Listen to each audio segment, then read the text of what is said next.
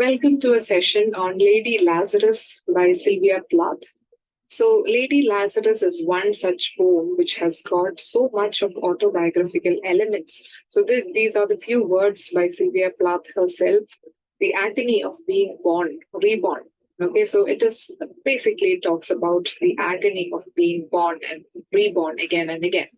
So, the tone used in the poem, it is dark, ironical, egotistical, bold, and angry. And the audience, if you say who she is talking to, if we have a question of who she is talking to, we have the men, the Nazi doctors, basically Sylvia Plath's doctors. So let's see what it is about. Biographical information about Sylvia Plath is quite important when it comes to this particular poem because it talks about the multiple attempts, suicide attempts, and it reflects the life of Sylvia Plath herself. So, Sylvia lived in a period which was a patriarchal society. Women of her time were rarely known for many accomplishments. It was not a time when women were accomplishing many things. In her case, it was difficult to get her poetry published while she was living, and she was going through a quite a serious or a difficult ordeal when it comes to her personal life as well. Many critics believe that the majority, if not all, of her poetry circulates around the idea of death and her suicide attempts. However, it is also believed that much of her writing incorporates several other themes, such as her feelings towards a society that was male dominated and the strong feeling of love that she had for her family. So, these are the few biographical details that you get to understand when you go through the book. So the speaker attempts suicide and dying, but keeps being revived. So there is rebirth and resurrection happening throughout the poem, in spite of her multiple attempts at suicide. So who is Lazarus? Who is this character Lazarus, which comes from the biblical reference? The poetess in the poem visualizes herself to be the female version of mythical archetype Lazarus. Lazarus lay buried for 3 days in the grave till Jesus raises him from the grave. The poetess inverts gender here. She becomes Lazarus, and the mythification with reality. She refers to her own attempts at suicide. Okay, so that is a biblical reference that you have in the poem. And Sylvia Plath has once said, the speaker is a woman who has the great and terrible gift of being reborn. This is what she said about the poem and the character. The only trouble is she has to die first. She is a phoenix, the libertarian, what you will. She is also a good, plain, resourceful woman. This is what Sylvia Plath has said.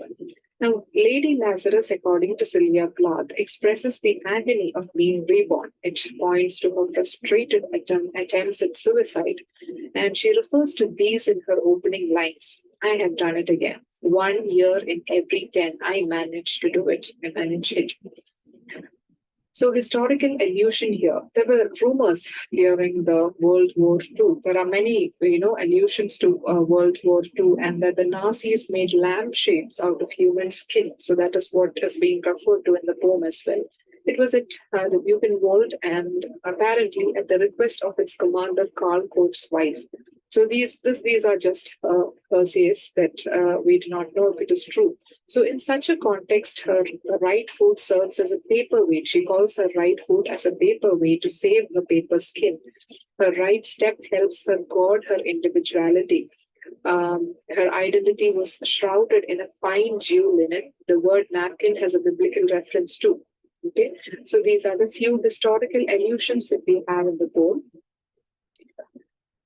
Peel off the napkin, oh my enemy, do I terrify. Now, here the word the enemy connotes both Nazi persecution and the male exploitation of female, according to Sylvia Plath.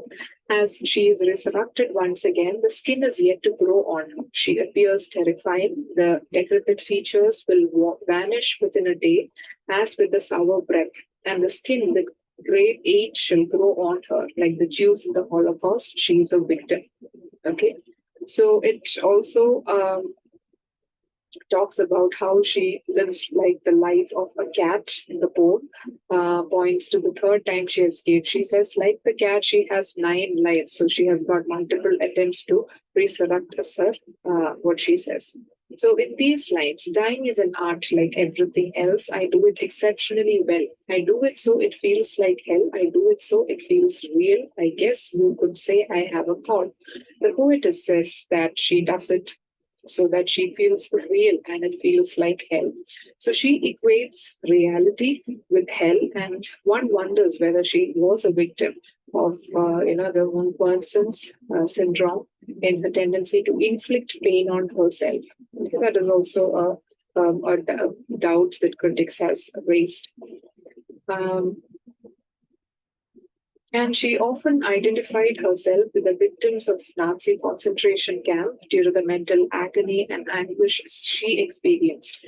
And both these victims, she as a woman and the Nazi, they are emblematic of the male dominated monopoly in society, that she dies in it and tries to arise from it each time. The domain of persecution pertains to the so called patriarchal society that is all about the chauvinistic control and power politics. That's all. Thank you.